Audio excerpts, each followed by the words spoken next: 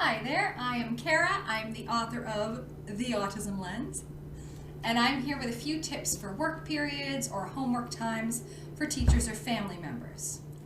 So for neurodivergent learners, it can be really overwhelming to see a lot of questions on a page, to know that the agenda is full of items for homework, or just to know there's a large task ahead. And it can feel impossible to start. So here's one of my tips for working through those tough moments.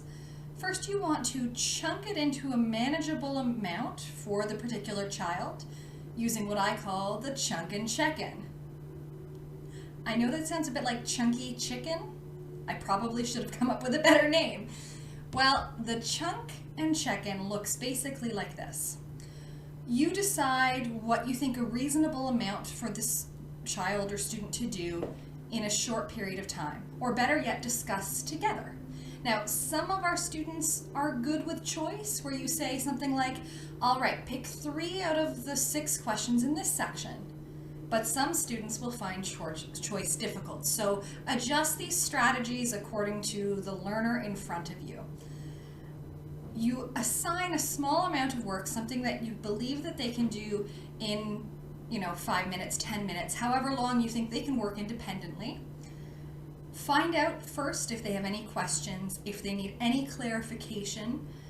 If they don't know yet how to do it, take a bit of time to review those questions if they need, and then say, I'll check in with you in 5 minutes or 10 minutes or however long you will be leaving them to work on their own.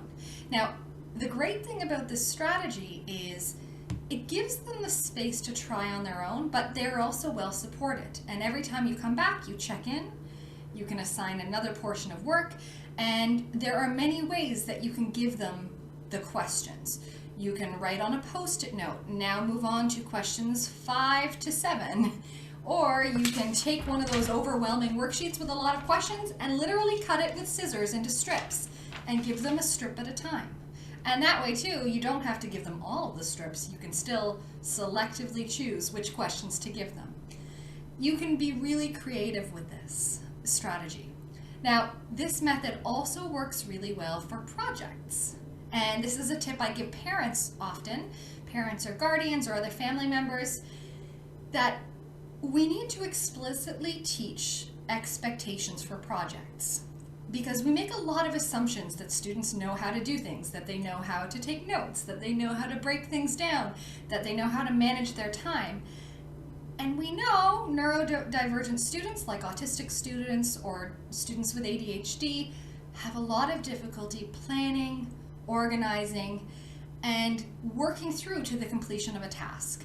So this is a strategy that gets them visualizing all of the steps and what the end product might look like, and also thinking about the time it may take to complete it. Essentially, what you are doing is showing them how to manage tasks. So break down that assignment together. It really helps at the beginning if the adult can write down a checklist for them or type up a checklist for them to reduce the writing requirements. So they don't have to do it, but you work together to say, okay, what do you think you have to do first? And try not to miss any of those hidden expectations.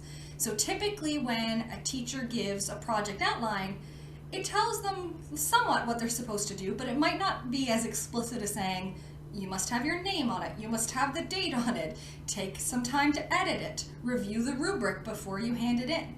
So this is an opportunity to create a list, a short list, or maybe a long list, depending on the size of the task, of all of those expectations. And once you've generated all of those potential expectations, what you do next is you backwards plan with the child. You look at when it is due on a calendar, and you assign a little bit each day going backwards. So the day before it's due, you're probably going to do your final edit and review that rubric. Maybe a day before that, they're asking for feedback so that they can incorporate that and checking over spelling and grammar. And you work all the way back, assigning 1 or 2 steps per day until it's due. And I always tell students that this helps us to get our best work done. And I know it's tough because many times neurodivergent learners want to complete it in one sitting. And then it's so overwhelming, they feel like they can't do it. So this is a strategy where I share with them, no, a teacher actually expects you to do just a little bit each day, a manageable amount each day until it is due. That's how we tackle larger tasks.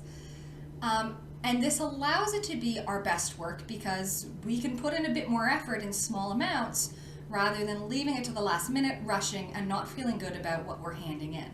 Then, just like the worksheet tip that I gave you earlier, you can take that project plan, you can cut it into strips for each day. Here's Monday's work, here's Tuesday's work.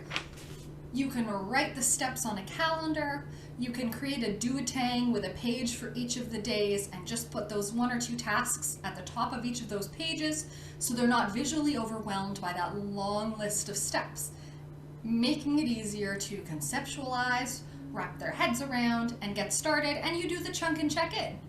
You say, okay, do you understand what you need to do? Is there anything I can help you with? All right, I'll leave you to get started and I'll check back in 10 minutes.